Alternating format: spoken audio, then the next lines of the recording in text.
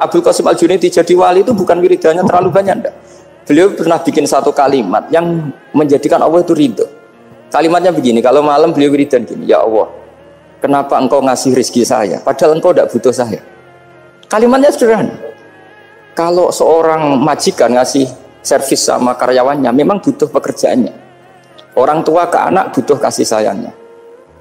Tapi engkau ini zat yang tidak butuh saya, tidak butuh kita, ngapain ngasih? Jadi punya sisi betapa Allah itu luar biasa. Wong tidak butuh kok ngasih, itu kan luar biasa. Jadi karena mensifati seperti itu Allah itu ridho. Itu luar biasa.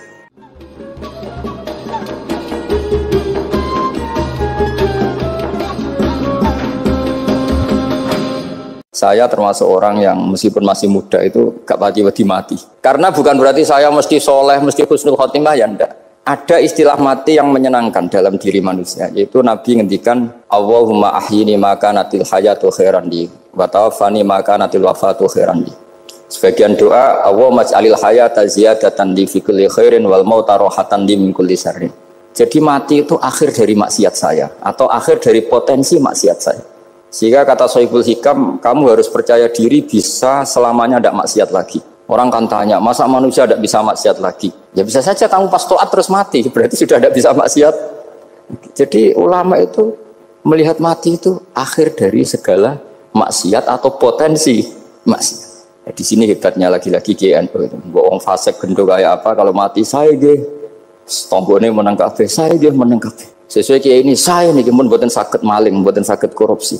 Oh gede saya ini. Itu satu ilmu yang luar biasa, meskipun ya tentu agak ngawur, tapi itu bagus, secara ilmu bagus, karena al-maut adalah rohatun min kulli syarr. Lagi-lagi yang menyelamatkan itu illa aliman au muta'alliman, proses belajar mengajar. Saya baca banyak tentang halal haram dalam kitab Imam Ghazali itu, tak ulang berkali-kali. Saya itu dulu ya gak paham, karena kitab paling susah di bab Imam Ghazali itu menurut saya kitabul halal wal haram. Termasuk bagaimana cara ngelola amwalus salatin yang terkenal korup, sementara menyumbang kamu sebagai jaizah, sebagai hadiah untuk para kiai atau untuk para guru. Itu perdebatannya ulama itu macam-macam. Ada yang bilang haram karena itu potensi haram, atau memang benar-benar haram. Ada yang bilang boleh, karena kalau yang pakai kamu untuk kebaikan, kali dipakai mereka ruwet. Kebetulan yang partai ini lebih besar, alhamdulillah. Terus dikiaskan sama ghanimah. Lagi-lagi karena baca, saya itu pernah ditanya seorang dosen di Jogja, Gus, saya ini muslim mulai kecil dan saya peneliti, saya pernah sekolah di mana-mana. Yang ganjil dari saya tentang Islam itu satu, yaitu ghanimah. Kok kayak Islam itu rampok gitu ya, perang sudah, orang kafir itu kalah, hartanya diambil, gini-gini. Ya ghanimah. Terus saya memberi analogi, kalau ada garong ke kamu, bawa senpi, bawa pedang, terus kamu mengalahkan garong itu, alat-alat itu kamu kembalikan apa kamu sita? Ya saya sita, nanti dipakai garong lagi. Ya kira-kira seperti itu. Kalau dikembalikan ke orang kafir berarti menjadi kekuatan kekafiran lagi, dan itu harbi. Dia baru nerima. Lagi-lagi ini barokahnya baca. Makanya saya diminta sama sini, ya saya tentu faktor hormat karena bapak saya memang dulu ngaji sama Badullah. Mbah saya itu terkenal wali, yang bapaknya bapak. Itu kalau kesini nyifati Badullah pun satu. Nur isido mondok gini itu enggak apa-apa. Pondoknya elek lah, kiaimu wali. Zaman itu bapak itu di kamar kursi ya masih ada kakinya. Saya dulu sering dijak ke sini sama bapak. Jadi mbah saya itu terkenal wali dulu. Jadi mbah saya itu tirakat terus sampai kapundhut itu poso terus. Kebetulan cucunya agak niru.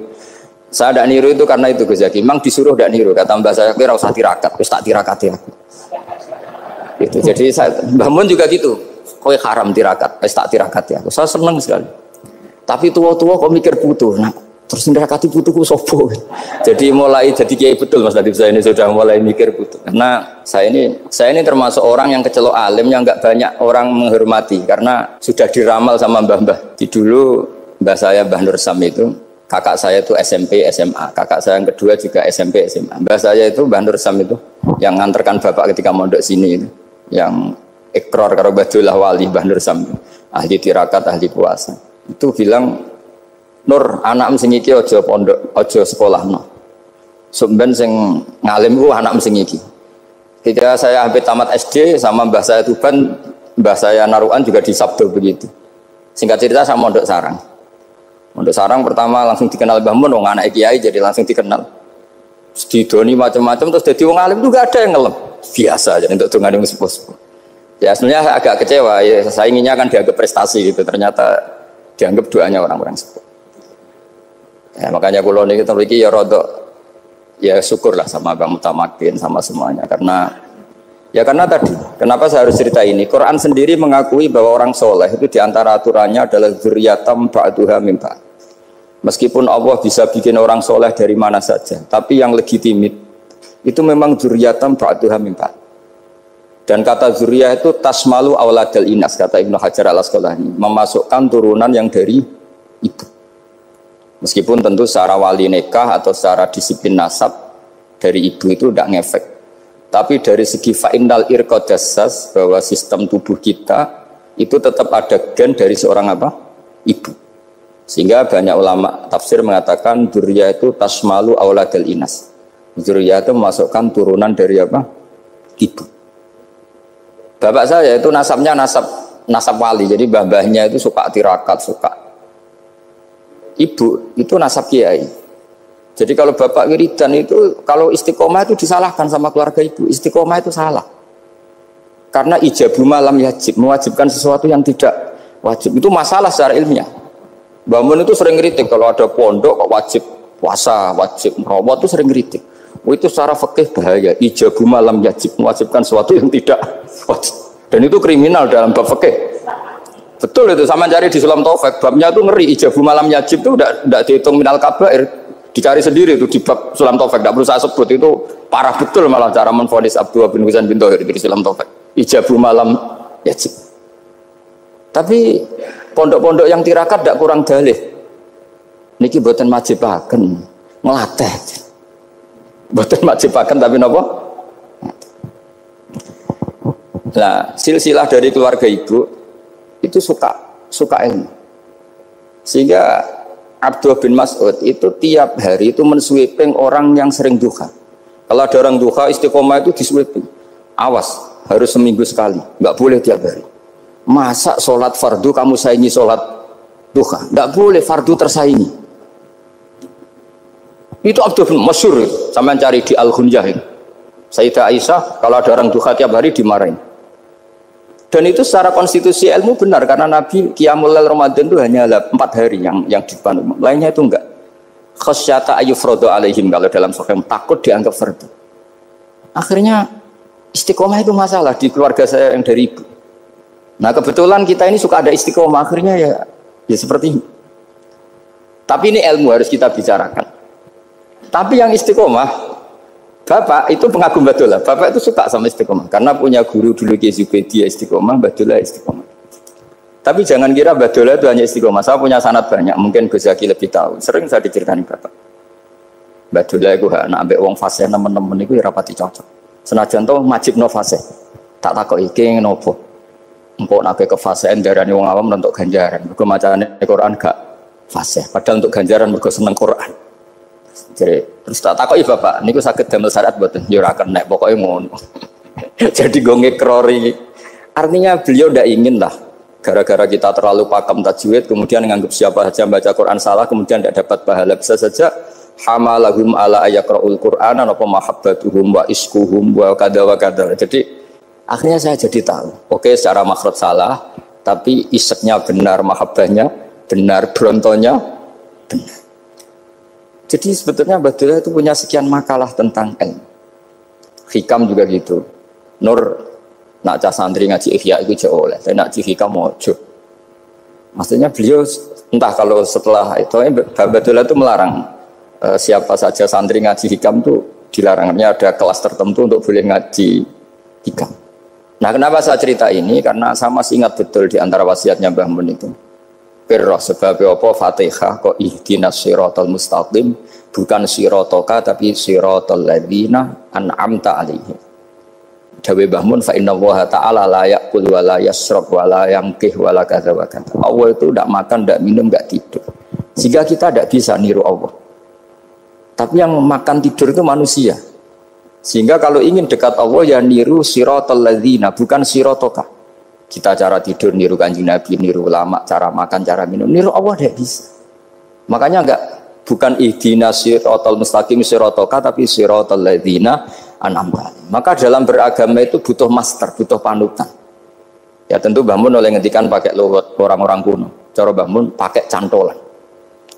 Maka saya punya makalah banyak dari Bapak, dari Mbah Mun, dari Mbah Zubair, dari sampai saya itu hafal sanad sampai Rasulullah Shallallahu Alaihi Wasallam.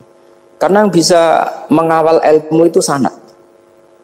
Termasuk saya di sini bawa kitab Ar-Risalah Al-Qusairiyah. Nanti saya baca beberapa panutan kita. Di sini ada Abdul Qasim Al-Junaidi, ada Abu Yazid Al-Bustami, ada banyak ulama yang ditulis Ar-Risalah Al-Qusairiyah. Dan itu yang membentuk Imam Ghazali, kitab Ar-Risalah Al-Qusairiyah. Tapi sekarang kita ini tidak belajar lagi tentang tasawuf. Tasawuf itu Abdul Qasim Al-Junaidi jadi wali itu bukan wiridannya terlalu banyak, enggak. Beliau pernah bikin satu kalimat yang menjadikan Allah itu ridho. Kalimatnya begini, kalau malam beliau wiridan gini, ya Allah, kenapa engkau ngasih rezeki saya? Padahal engkau tidak butuh saya. Kalimatnya sederhana. Kalau seorang majikan ngasih servis sama karyawannya, memang butuh pekerjaannya. Orang tua ke anak butuh kasih sayangnya. Tapi engkau ini zat yang tidak butuh saya, tidak butuh kita. Ngapain ngasih? Jadi punya sisi betapa Allah itu luar biasa. Wong tidak butuh kok. Ngasih itu kan luar biasa. Jadi karena mensifati seperti itu Allah itu ridho. Itu luar biasa. Normalnya orang memberi itu kan, apalagi orang memberi kiai itu kacau sekali. 1.000 jaluk swarga. Salam template 1 juta wae jaluk apa? Swarga itu parah lagi. Nanti kalau enggak masuk surga diundat-undat. Itu ngeri lagi itu 1 juta minta apa? Surga. Sayyidina Ali itu diantara sebabnya beliau dekat Allah itu karena muamalahnya sama Allah itu benar. Di antara muamalah itu yang diriwayatkan di kitab Ar-Risalah Al-Qusairiyah adalah masyhur itu. Kafani izzan antakuna li rabban wa kafani fakhran an akuna laka abdan. Tiap malam ya beritanya itu, ya Allah, saya sungguh sangat mulia karena engkau yang jadi Tuhan. Coba kalau saya dituhani manusia yang mati atau dituhani siapa yang mati juga. Wa kafani fakhran an akuna laka abdan. Saya ini bangga sekali karena jadi budak, jadi hamba zat yang tidak mati. Jadi pakem-pakem yang menjadi masyrab kalau dalam bahasa tasawuf itu yang menjadikan wali. Sehingga yang dikatakan ibadah itu apa? Ma'rifatullah. Mengenali Allah secara benar. Jadi jangan kira wali-wali dulu terus terlalu istiqomah, ada juga. Mereka punya pakem yang menjadikan Allah itu ridho. Saya beri contoh nih di sini banyak makalah nanti saya beberapa baca tabarruk.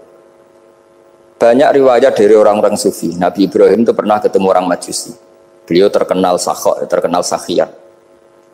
Ketika ketemu orang Majusi, ya Ibrahim saya ini sehari saja ngasih makan saya. Kamu kan tukang ngasih makan orang. Terus ya tapi bisyarti antus lima, kamu harus Islam. Fikihnya Nabi Ibrahim adalah kalau saya menolong dia berarti nolong orang kafir. Setelah orang itu lewat berlalu karena Nabi Ibrahim gak mau hormat, Allah memberi wahyu ke Nabi Ibrahim. Kenapa ya Ibrahim tidak kamu terima 1 hari, kamu kasih makan 1 hari? Ya karena dia Majusi. Kata Allah, dia umurnya berapa? 60 tahun. Tanyakan, pernah kelaparan kan hanya hari ini? Iya ya Allah. 60 tahun dia kafir tak kasih makan. Minta kamu sehari aja kok gak boleh. Akhirnya Nabi Ibrahim dipanggil orang Majusi, dikejar dipanggil. Ayo tak kasih makan 1 hari. Kok kamu sekarang jadi baik? Habis ditegur Tuhan. Terus kata, ahakada yu'amiluni. Apa seperti itu Tuhanmu memu'alamalai saya? Ya na'am. Akhirnya Islam orang Majusi. Jadi itu lagi-lagi ilmu. Jadi yang dikatakan ilmu itu satu teori atau kalimat atau apa saja yang menjadikan kita ini pakem. Meskipun pakem itu kadang sulit diterima orang-orang khusyuk.